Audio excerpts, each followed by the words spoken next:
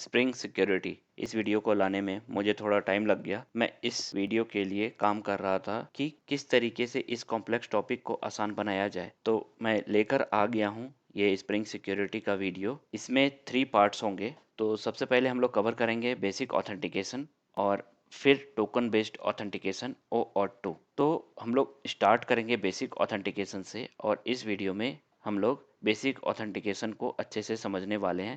फिर हमारा हमारा जो नेक्स्ट वीडियो आएगा उसमें हम लोग टोकन बेस्ड ऑथेंटिकेशन के बारे में डिस्कस करेंगे, जैसे कि JWT टोकन को किस तरह से इम्प्लीमेंट करते हैं और फिर OAuth2।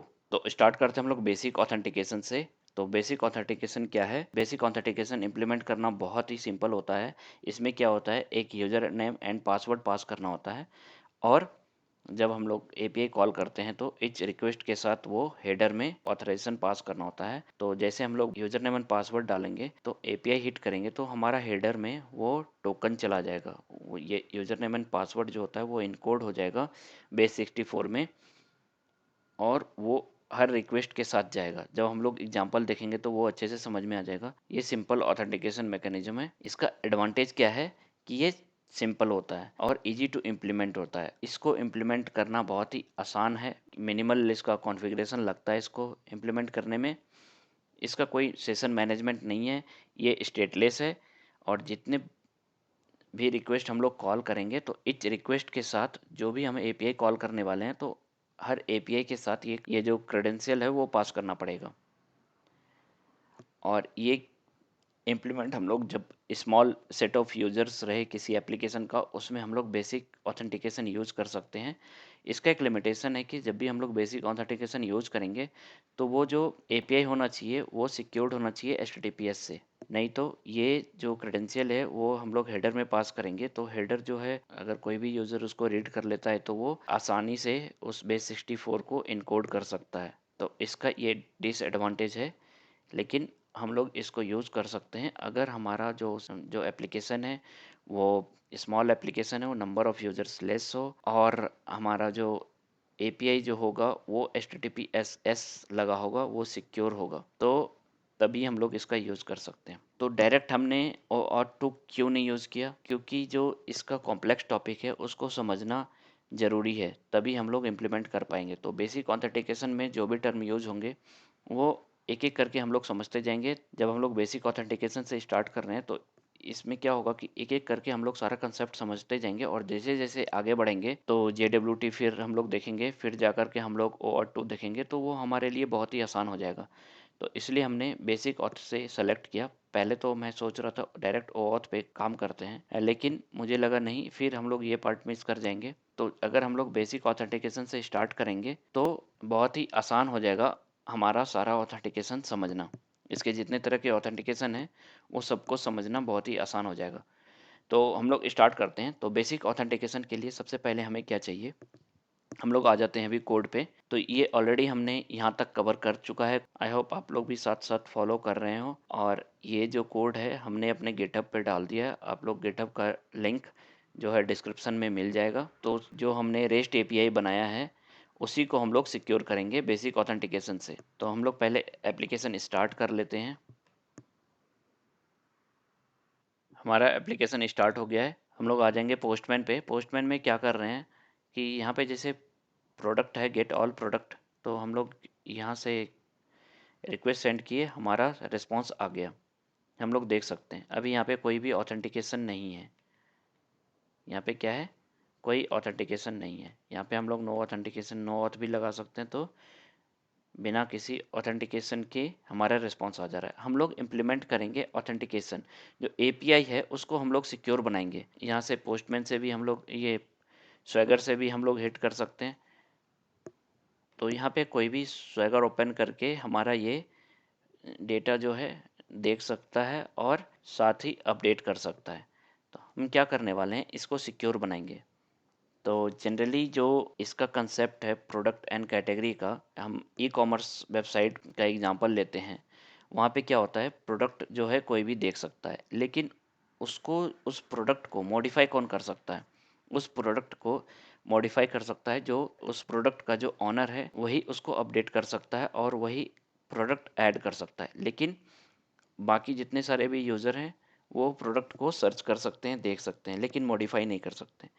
और एक कैटेगरी आता है, कैटेगरी हमने मान मान लेते हैं कि कैटेगरी जो क्रिएट करता है वो एडमिन क्रिएट करता है, तो वो एडमिन जो है वो प्रोडक्ट क्रिएट नहीं करेगा, प्रोडक्ट क्रिएट करेगा कौन, जो सेलर है, जिसके पास जो प्रोडक्ट ऑनर है वो, और कैटेगरी जो क्रिएट करेगा वो एडमिन क्रिएट करेगा। इस तरह का हम सिनेरियो लेते हैं, ठीक है। तो अब हम लोग क्या करेंगे, दो यहाँ पे रोल बनाएंगे। एक रोल जो होगा वो सेलर के लिए होगा, एक रोल जो होगा वो एडमिन के लिए होगा। एडमिन मीन्स वो कैटेगरी क्रिएट कर सकता है और डिलीट कर सकता है, अपडेट कर सकता है, और प्रोडक्ट को क्रिएट अपडेट करने के लिए सेलर कर सकता है, ठीक है। हम लोग बेसिकली रोल बेस्ड इम्प्लीमेंट करना चाह रहे हैं। अभी इस एपीआई को कोई भी हिट कर ले रहा है। अब हम लोग इसको सिक्योर बनाएंगे। सिक्योर बनाने के लिए क्या करेंगे, सबसे पहले हम लोग को सिक्योरिटी डिपेंडेंसी ऐड करना पड़ेगा। तो पॉम में चले जाएंगे और पॉम में जा कर के हम लोग ऐड कर देते हैं स्प्रिंग सिक्योरिटी स्टार्टर। तो यहाँ पे आ जाएंगे हम लोग। यहाँ पे जो वेब है, वेब को हम लोग क्या करेंगे, इसको कॉपी करके और यहाँ पेस्ट कर देंगे और यहाँ पे सिक्योरिटी लिख देंगे, बस और कुछ नहीं करना है। अब जब हम लोग इसको रन करेंगे,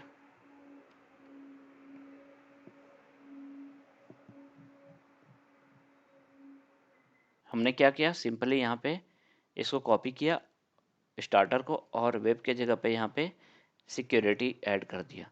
तो ये सिक्योरिटी डिपेंडेंसी ऐड हो गया है। तो उससे पहले हम लोग इसको मेवन को रिफ्रेश कर लेंगे। तो उससे क्या होगा, हमने जो यहाँ पे डिपेंडेंसी डाला है वो हमारा डिपेंडेंसी ऐड हो जाएगा। अब जब हम लोग इसको रन करेंगे फिर से,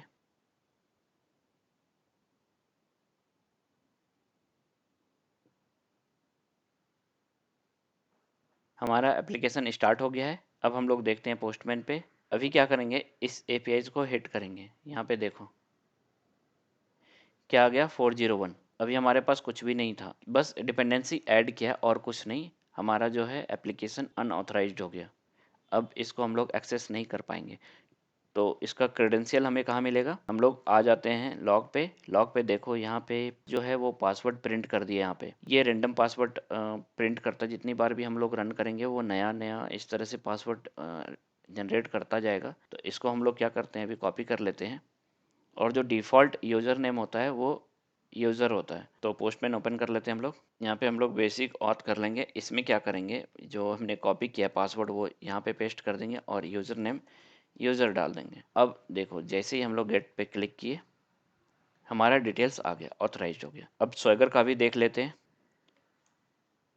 यहाँ पे ये हमसे पूछ रहा है यूज़र नेम एंड पासवर्ड। तो सेम ही चीज़, पासवर्ड यहाँ पे हम लोग पेस्ट कर देंगे और यूज़र डाल देंगे। ये जो पेज डायरेक्ट बना है ये हमने क्रिएट नहीं किया है। ये जो डिपेंडेंसी सिक्योरिटी डिपेंडेंसी जो ऐड किया हमने फॉर्म में, ये पेज वहीं से आया है। तो यहाँ पे हमने यूज़र आईडी एंड पासवर्ड डाल दिया है, और जैसे साइन इन करेंगे अब हम लोग देख सकते हैं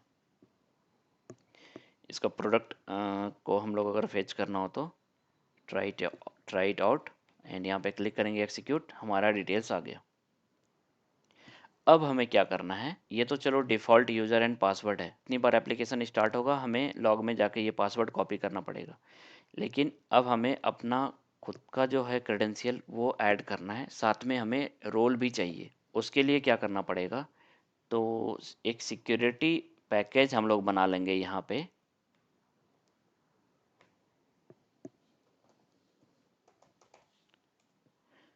बना लिए। अब यहाँ पे स्प्रिंग सिक्योरिटी एक क्लास बना लेते हैं, सिक्योरिटी कॉन्फ़िग।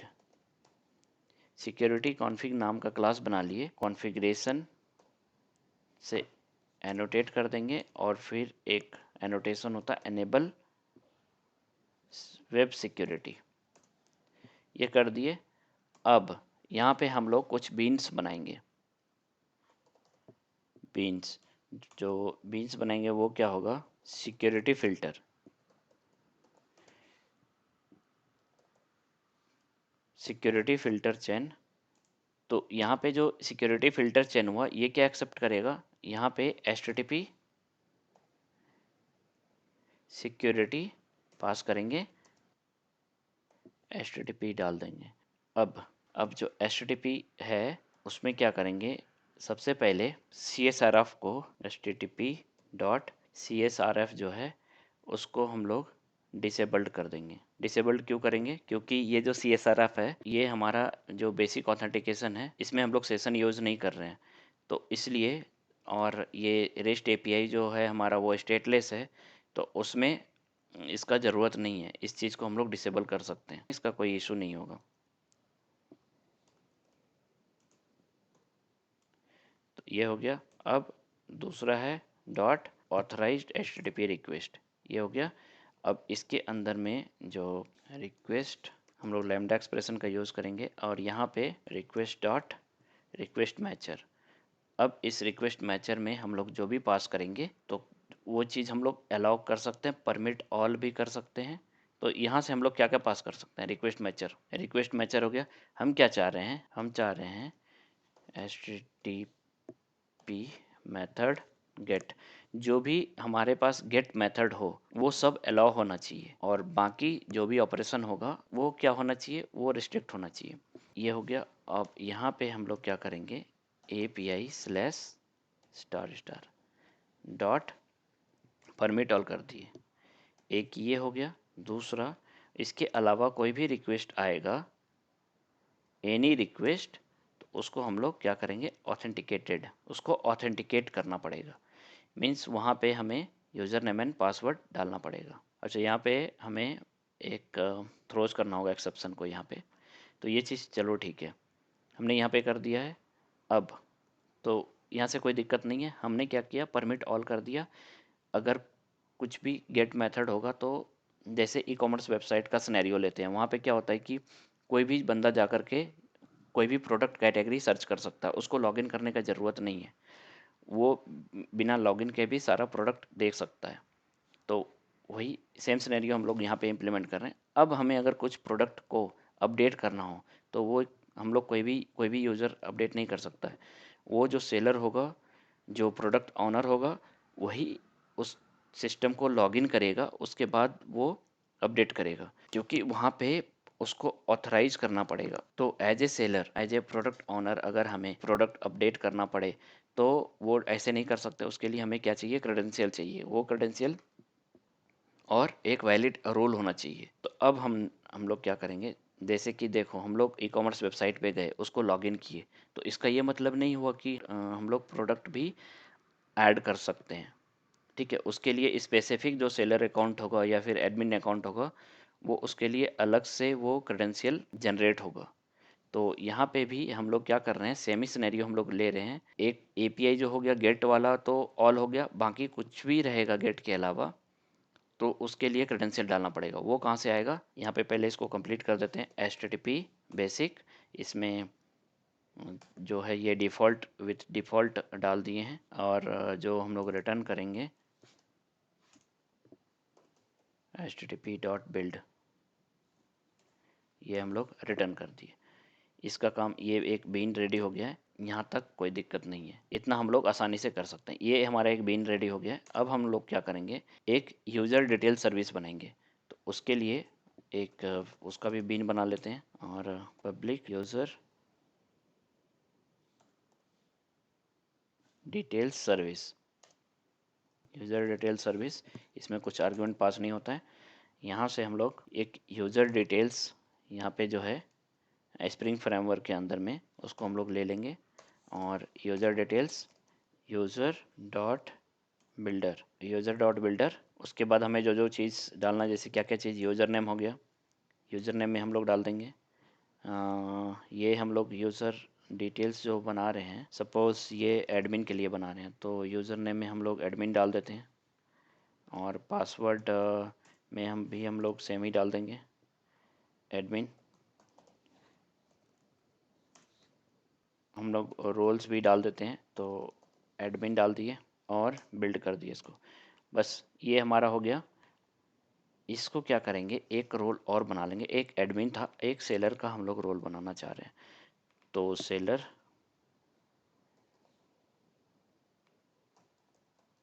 सेम ही नाम रख देते हैं, ताकि कन्फ्यूज़न ना हो।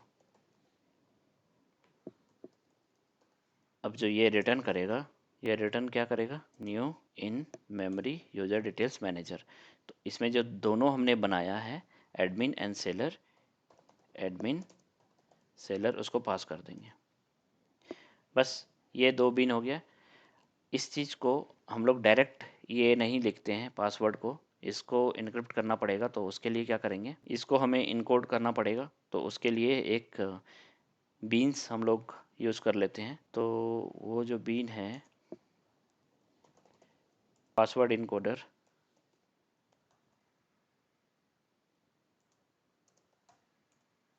Simple return new bcrypt password encoder, और कुछ नहीं करना है इसमें। तो ये जैसे मेरा ये बीन बन गया है और उस बीन को हम लोग यहाँ पे यूज़ करेंगे।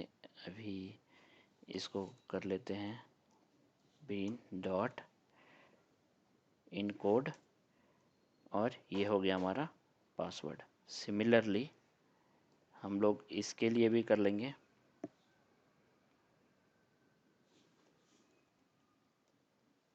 बस ये हमारा हो गया इम्प्लीमेंटेशन रेडी। अब क्या करेंगे, इसमें और कुछ नहीं करना है, हमें बस ध्यान में रखना है 3 चीज़। सबसे पहले सिक्योरिटी चेन फिल्टर, ये याद करने का ज़रूरत नहीं है, बस ध्यान में रह जाएगा। ये सिक्योरिटी चेन फिल्टर लगाना है, और यहाँ से फ़िल्टर आउट हम लोग कर सकते हैं कौन सा जो एपीआई होगा हमारा, कौन सा रिक्वेस्ट को हम लोग पब्लिक रखेंगे और कौन सा रिक्वेस्ट को हम लोग ऑथेंटिकेट करेंगे।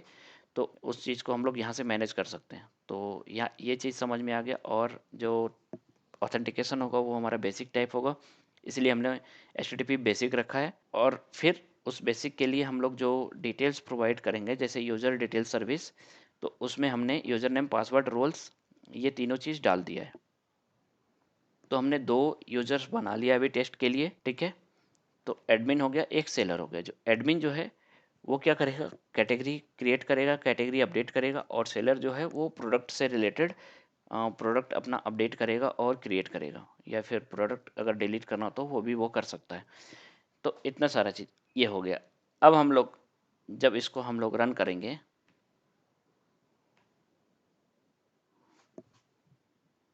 क्या वो स्टार्ट हो गया, हाँ अच्छा रन हो रहा है। यहाँ पे देखो, अब जो पासवर्ड था वो रैंडम पासवर्ड वो हमारा आ नहीं रहा है। जैसे हम लोग ये सिक्योरिटी कॉन्फ़िग क्लास बनाए तो वो हमारा हट गया। अब यहाँ से ये वाला पासवर्ड यूज होगा, एडमिन के लिए एडमिन पासवर्ड और सेलर के लिए सेलर पासवर्ड, ठीक है। इसको हम लोग चेक कर लेते हैं। इसको क्या करना पड़ेगा, ऑलरेडी हमने लॉगिन कर लिया था रैंडम पासवर्ड से, इसलिए वो दिखा दिखा रहा है। और इसके जो मैनुअली क्लियर करना पड़ेगा हमें इसके सेशन को, कीज़ में चले जाएंगे और जो ये है वो सारा क्लियर कर देंगे। अब जब हम लोग यहाँ पे क्या करेंगे, हम लोग इसको जब लोड करेंगे, हमें क्या करना है, अगर आप लोग ये चीज़ लोड कर पा रहे हो तो अपना कुकीज़ को क्लियर कर देना, उसके बाद फिर से लोड करना तो ये आ जाएगा साइन इन के लिए। और जब ये साइन इन के लिए पूछेगा तो यहाँ पे क्या करेंगे, हम लोग डालेंगे एडमिन एडमिन, तो एडमिन हो जाएगा। हम लोग क्या कर रहे हैं अभी, हाँ सेलर डालेंगे, सेलर सेलर पासवर्ड। तो ये हमारा लॉगिन हो गया एज ए सेलर। अब यहाँ पे जाएंगे और सेलर है, यहाँ पे देखो एपीआई प्रोडक्ट, तो गेट तो सभी के लिए है, तो गेट तो काम करेगा। यहाँ पे गेट आ गया है। एक चीज़ कोड में देखना, हमने 2 रोल तो बना दिया है, लेकिन ये दोनों रोल अभी एसोसिएट नहीं किया है किसी भी रिक्वेस्ट के साथ, कि कौन सा रिक्वेस्ट के लिए कौन सा रोल काम करेगा। बस हमने 2 यूज़र्स बना दिया है, ठीक है। और यहाँ पे जो ये रिक्वेस्ट मैचर ये रखा है, ये सभी के लिए परमिट कर देगा, बाकी के लिए ऑथेंटिकेट होना चाहिए। तो जैसे ही हम लोग अभी सेलर सेलर डाले वो ऑथेंटिकेट हो गया है।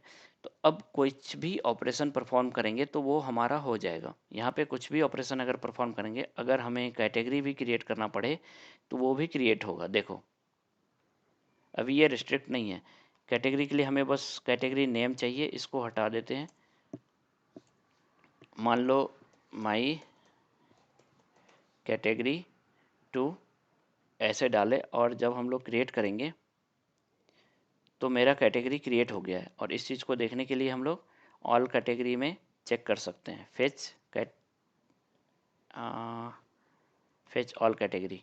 यहाँ पे जाके क्लिक करेंगे तो हमारा जो अभी कैटेगरी क्रिएट हुआ था वो आ जाएगा। यहाँ पे देखो माई कैटेगरी टू, ये क्रिएट हो गया है, ठीक है। अभी बस एक बार दोनों यूज़र में से कोई भी यूज़र लॉगिन कर सकता है और कोई भी ऑपरेशन परफॉर्म कर सकता है। यहाँ तक इम्प्लीमेंट हो गया कि हमारा ऑथेंटिकेशन हो रहा है, ऑथेंटिकेशन हो गया, बट ऑथराइज अभी नहीं हुआ। ऑथराइज मीन्स कि रोल बेस्ड एक्सेस अभी नहीं हुआ है। तो पोस्टमैन से भी हम लोग चेक कर सकते हैं। हम लोग पोस्टमैन पे आ जाते हैं। पोस्टमैन में क्या करेंगे, अभी हमारा जो ये था डिफ़ॉल्ट वो हटा देंगे, डिफ़ॉल्ट वाला क्रेडेंशियल हटा देंगे। यहाँ पे डालेंगे सेलर, और सेलर अभी रुको एक मिनट, अभी अगर कुछ नहीं डालते हैं तो क्या होता है, नो ऑथ, अभी कुछ नहीं कर रहे हैं, जैसे प्रोडक्ट सर्च किए। तो ये क्यों हो रहा है, क्योंकि यहाँ से, यहाँ पे देखो जो भी गेट मेथड होगा वो परमिट ऑल हो रहा है, यहाँ पे ऑथेंटिकेटेड नहीं लिखा हुआ है। उसके अलावा अगर कुछ भी होगा तो ऑथेंटिकेटेड होगा। रिक्वेस्ट में अगर एपीआई होगा और उसका मेथड अगर गेट है तो वो अलाउ होगा। यहाँ पे एपीआई है और ये मेथड गेट है, लेकिन जैसे ही हम लोग पोस्ट या पुट डिलीट कुछ भी करेंगे तो अलाउ नहीं होगा। मान लो हम डिलीट कर रहे हैं, यहाँ से एडमिन एडमिन हटा देते हैं, कुछ नहीं रखते हैं, और नो ऑथ कर देते हैं। अब इसको हम जब भी रन करेंगे तो देखो 401 आ गया अनऑथराइज्ड।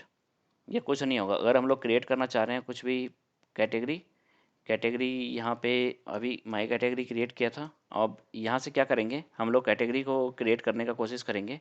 ऑथराइजेशन में अभी कुछ नहीं है, तो जैसे ही हम लोग हिट करेंगे यहाँ पे आ गया 401, और जैसे ही हम लोग बेसिक ऑथ डालेंगे यहाँ पे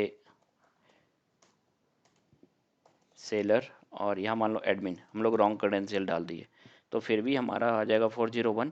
और अगर सेलर डालेंगे, सेलर सेलर या फिर एडमिन एडमिन, दोनों में से कुछ भी डालेंगे तो वो क्रिएट हो जाएगा। या फिर एडमिन एडमिन एडमिन,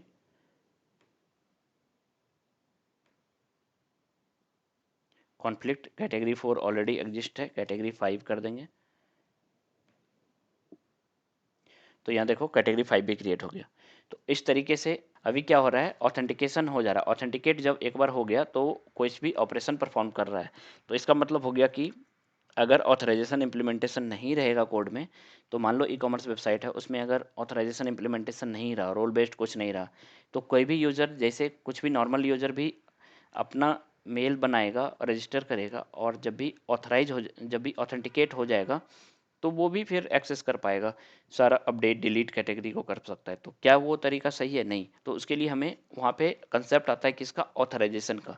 जो पर्टिकुलर काम के लिए ऑथराइज्ड है, मीन्स प्रोडक्ट के लिए एक प्रोडक्ट ऑनर होना चाहिए, और कैटेगरी जो क्रिएट कर रहा है और जो भी बाकी चीज़ें मैनेज कर रहा है यूआई पे, उसका एक अलग रोल होना चाहिए, जैसे एडमिन हो गया। तो सेम ही एग्जांपल हमने यहाँ पे लिया है। अभी क्या करेंगे, ऑथेंटिकेशन वाला काम हो गया, अब हमें ऑथराइज करना है। तो ऑथराइज के लिए हम लोग क्या करेंगे, सिंपल है, कुछ नहीं है इसमें।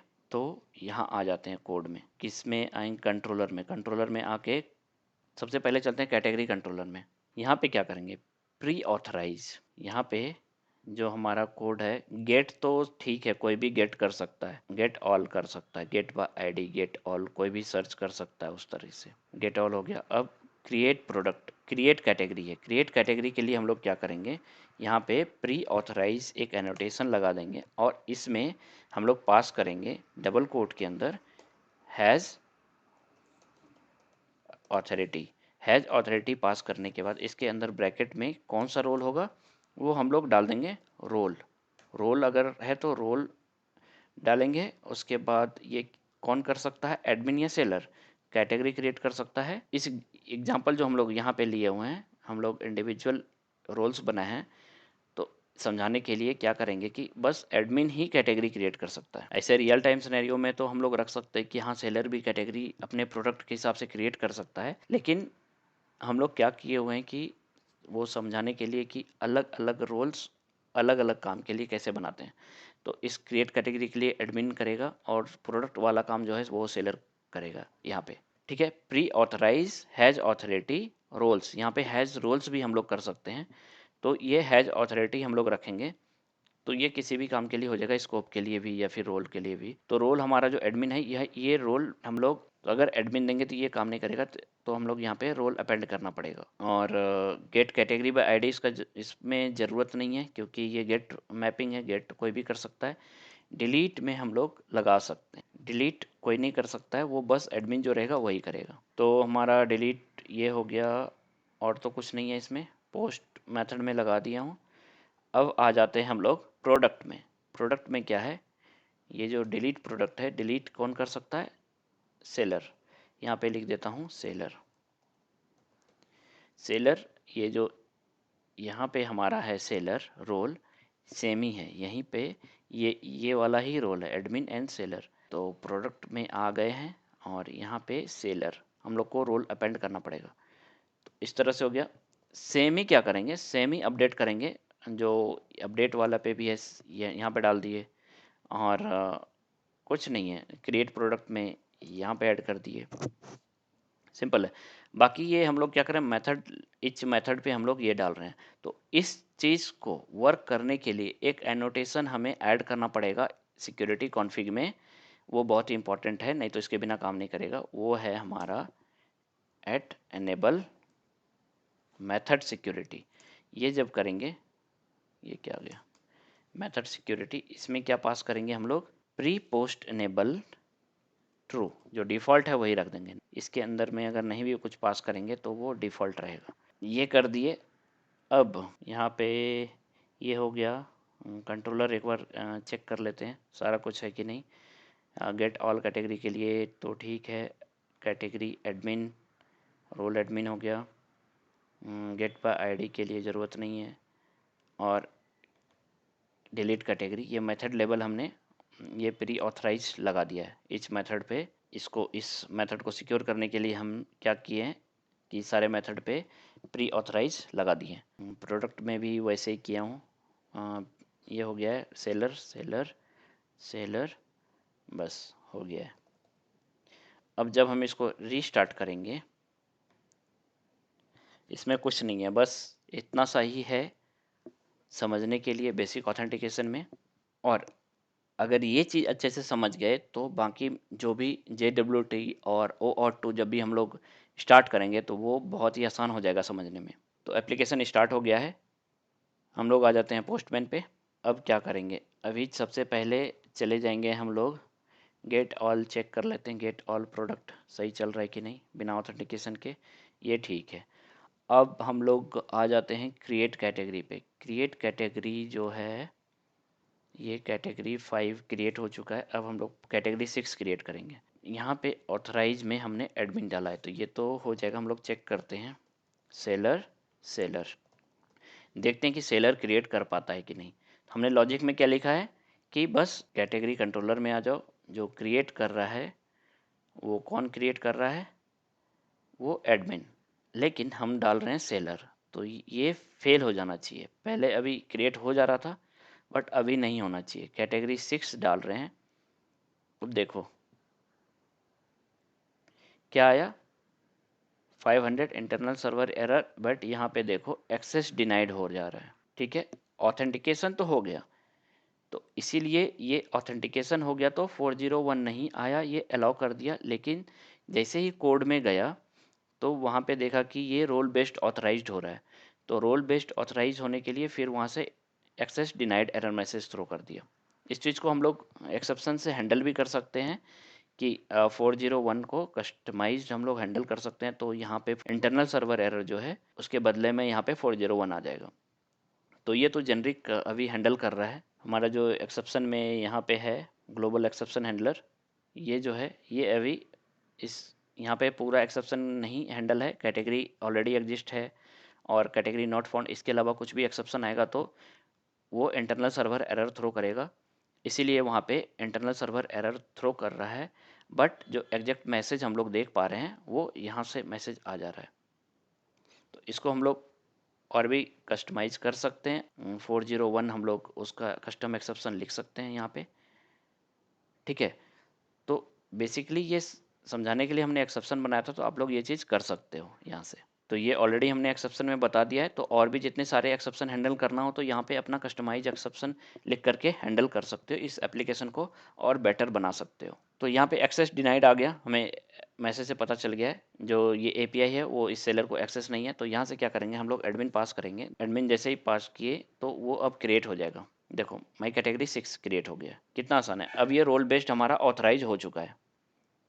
अब हमें डिलीट करना है, मान लो ये 25 था, तो डिलीट कैटेगरी में हम लोग 25 डालेंगे।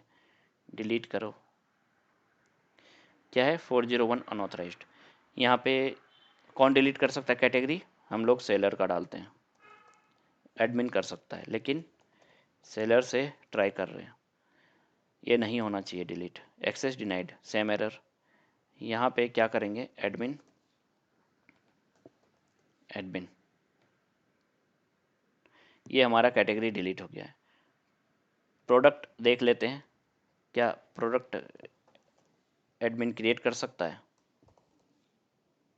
बॉडी पे आ जाएंगे, ट्वाइस हम लोग क्या कर रहे हैं, ट्वाइस 4, मान लो 3 है तो 4 कर रहे हैं,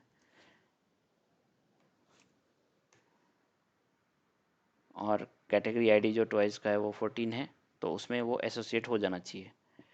एक्सेस डिनाइड हो गया, क्यों? क्योंकि एडमिन हमने पास कर दी। ये सेलर का अकाउंट है, ये सेलर एपीआई से लॉगिन होगा, सेलर का अकाउंट है, तो ये सेलर के थ्रू ही अब क्रिएट होगा। तो ये क्रिएट हो चुका है। इस तरह से हम लोग ये कैटेगरी 14 चेक कर सकते हैं। गेट कैटेगरी बाय आईडी, ये सारा गेट मेथड जो है उसके लिए कुछ ऑथराइजेशन का ज़रूरत नहीं है, नो ऑथ। तो हम लोग कैटेगरी 14 ट्वाइस जो है वो देख सकते हैं। यहाँ पे कितने सारे ट्वाइस हैं, जो अभी 4 क्रिएट किया वो यहाँ पे आ गया। हम डिलीट भी कर सकते हैं यहाँ से। 14 नहीं, 14 नहीं, क्रिएट क्या है 14, और ये ट्वाइस क्या है 19, तो 19 को हम लोग डिलीट करके देखते हैं। तो जब हम लोग डिलीट प्रोडक्ट में 19 डालेंगे तो यहाँ से सेंड किए तो ये डिलीट हो गया, क्योंकि हमारा ऑथराइजेशन में सेलर सेलर है, सेलर प्रोडक्ट को डिलीट कर सकता है। तो एक बार वेरीफाई करो यहाँ से, गेट कैटेगरी, कैटेगरी 14 अभी यहाँ पे 2 दिखा रहा था, तो ये डिलीट कर दिया हमने। यहाँ पे अब 1 आ गया इस तरीके से। तो टोटल कितने कैटेगरीज हैं, तो कितना कैटेगरी है ये 24 को हमें डिलीट करना है। ये 24 को डिलीट करने के लिए डिलीट कैटेगरी में आ जाते हैं, और यहाँ पे 24 डाल देंगे, तो ये एडमिन ही डिलीट कर पाएगा, सेलर इसको डिलीट नहीं कर पाएगा। अगर हम लोग सेलर का अकाउंट डालें यहाँ पे, सेलर कोशिश करेगा कि ये कैटेगरी को हम डिलीट कर दें, तो ये क्या डिलीट हो पाएगा? नहीं, एक्सेस डिनाइड। और फिर जैसे ही ये एडमिन एडमिन आकर के लॉगिन करेगा तो वो क्या हो जाएगा, वो डिलीट हो जाएगा, कैटेगरी 24 डिलीटेड। और जब भी हम लोग यहाँ से चेक करेंगे ऑल कैटेगरीज में, तो अभी 24 था, तो ये 24 नहीं होगा। ठीक है, बस यही था। इसको थोड़ा समराइज कर देता हूँ क्या क्या मैंने किया। इसको बंद कर देते हैं कोड को अभी। तो सबसे पहले एक हमने फॉर्म फाइल में ये डिपेंडेंसी ऐड किया। कौन सा डिपेंडेंसी है? एक स्टार्टर सिक्योरिटी डिपेंडेंसी। तो ये डिपेंडेंसी हमने ऐड कर लिया है। उसके बाद हम क्या किए, यहाँ पे एक फोल्डर हमने क्रिएट किया सिक्योरिटी। इस सिक्योरिटी में एक सिक्योरिटी कॉन्फ़िग फाइल बना लिया, और इस कॉन्फ़िग फाइल में क्या है कि कॉन्फ़िगरेशन और ये एनेबल वेब सिक्योरिटी डाल दिए।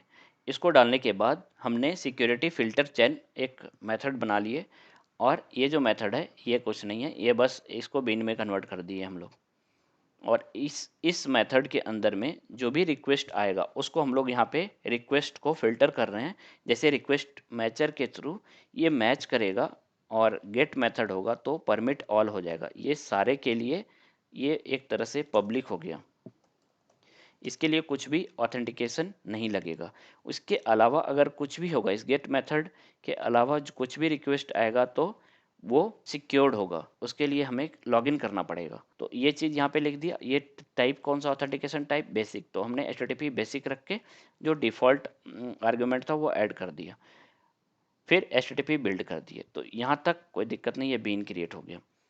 तो ये हमने अलाउ कर दिया। अब हमें यूज़र क्रिएट करना है। यूज़र क्रिएट करने के लिए क्या किया कि यहाँ पे एक यूज़र डिटेल ऑब्जेक्ट का यूज़ करके हमने यूज़र बना लिया। यूज़र नेम पासवर्ड उसके अंदर ऑलरेडी जो मेथड थे यूज़र बिल्डर के, यूज़र के अंदर में उसमें हमने असाइन कर दिए यूज़र, इसका पासवर्ड ये होना चाहिए, रोल एडमिन होना चाहिए, एक रेडी कर लिया यूज़र डिटेल्स, दूसरा यूज़र के लिए वो डिटेल्स रेडी कर लिए, उसको इन मेमोरी यूज़र डिटेल्स में हम लोग ऐड कर रहे हैं। अभी कोई डेटाबेस यूज़ नहीं कर रहे हैं, जो हमारा इन मेमोरी है उसमें स्टोर कर रहे हैं।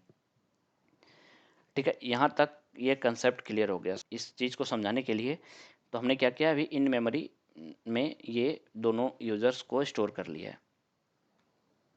बस कुछ नहीं है, हमारे पास यहाँ से स्प्रिंग सिक्योरिटी कॉन्फ़िग में 3 बीन्स हैं, और ये जो पासवर्ड इनकोडर है ये सिर्फ इनकोड करने के लिए यहाँ पे यूज़ होता है। तो ये चीज़ हम लोग इस तरीके से लिख सकते हैं। पासवर्ड इनकोडर एक बीन बना लिया, और बीन डॉट इनकोड करके जो भी डालेंगे वो पासवर्ड हमारा इनकोड हो जाएगा। तो और कुछ नहीं है, इतना करने के बाद ये हमारा ऑथेंटिकेशन यहाँ से हो गया, काम हो गया ऑथेंटिकेशन का। लेकिन ऑथेंटिकेशन के साथ हमें क्या करना, ऑथराइजेशन करना है। तो ऑथराइजेशन करने के लिए कि रोल बेस्ड ही एक्सेस होगा पर्टिकुलर जो हमारा कंट्रोलर मेथड है, तो उस कंट्रोलर मेथड को हम हैंडल करने के लिए क्या किए हैं कि इस तरीके से प्री ऑथराइज एनोटेशन लगा दिए हैं, और उसमें हैज अथॉरिटी जो भी हमारा रोल है वो पास कर दिए, और उस रोल का जो नेम है उसमें हम लोग रोल अंडरस्कोर प्रीफिक्स ऐड कर दिए हैं। ये जरूरी होता है यहाँ पे, इस चीज़ को ध्यान में रखना। यहाँ पे जब भी इस तरीके से हम लोग लिखेंगे तो ये मेथड जो है स्पेसिफिक फॉर दिस रोल के लिए ही यूज होगा। उसको अगर कुछ दूसरा रोल आए तो वो इसको एक्सेस नहीं कर पाएगा। इस मेथड को बस एडमिन ही एक्सेस कर पाएगा। इस तरीके से हम लोग जितने सारे भी मेथड है उसको सिक्योर कर लिए, उसको रोल बेस्ड सिक्योर कर लिए। अब इसमें कुछ करने का ज़रूरत नहीं है, बस इतना सा चीज़। और ये जैसे प्री ऑथराइज ऐड करेंगे तो ये अभी काम नहीं करेगा, उसके लिए एक चीज़ और बाकी काम है, ये ऐड करना अनेबल मेथड सिक्योरिटी। और ये जैसे ऐड करेंगे तो हमारा ये जो है मेथड सिक्योरिटी वो इनेबल हो जाएगा। तो मेथड सिक्योरिटी मीन्स जो कंट्रोलर का जो मेथड है वो रोल बेस्ड ऑथराइज हो जाएगा। तो रोल बेस्ड कोई जो स्पेसिफिक रोल है वही उस मेथड को एक्सेस कर पाएगा। तो इतना सा ही करना है और कुछ नहीं करना है। मैं ये कोड को गिटहब पे अपलोड कर दूंगा, और आप लोग कोशिश करना खुद से इस चीज़ को इम्प्लीमेंट करने का। अगर कुछ प्रॉब्लम हो तो हमारे गिटहब से रेफरेंस ले सकते हो, और कुछ टॉपिक इसमें समझना हो, कुछ समझ में नहीं आया तो हमें कमेंट सेक्शन में बताएं, हम उसको अच्छे से समझा देंगे कमिंग वीडियो में। नेक्स्ट वीडियो में जो हम लोग कवर करने वाले हैं वो JWT टोकन के बारे में कवर करेंगे। फिर जो इसके बाद जो तीसरा वीडियो आएगा, तीसरा पार्ट, उसमें हम लोग OAuth के बारे में अच्छे से समझेंगे। अभी तक इतना ही। ये वीडियो अगर अच्छा लगा हो तो इस वीडियो को लाइक कर दें, और कमेंट करें कि ये वीडियो कैसा लगा। कुछ डाउट हो तो वो बताएं कमेंट सेक्शन में। Thank you.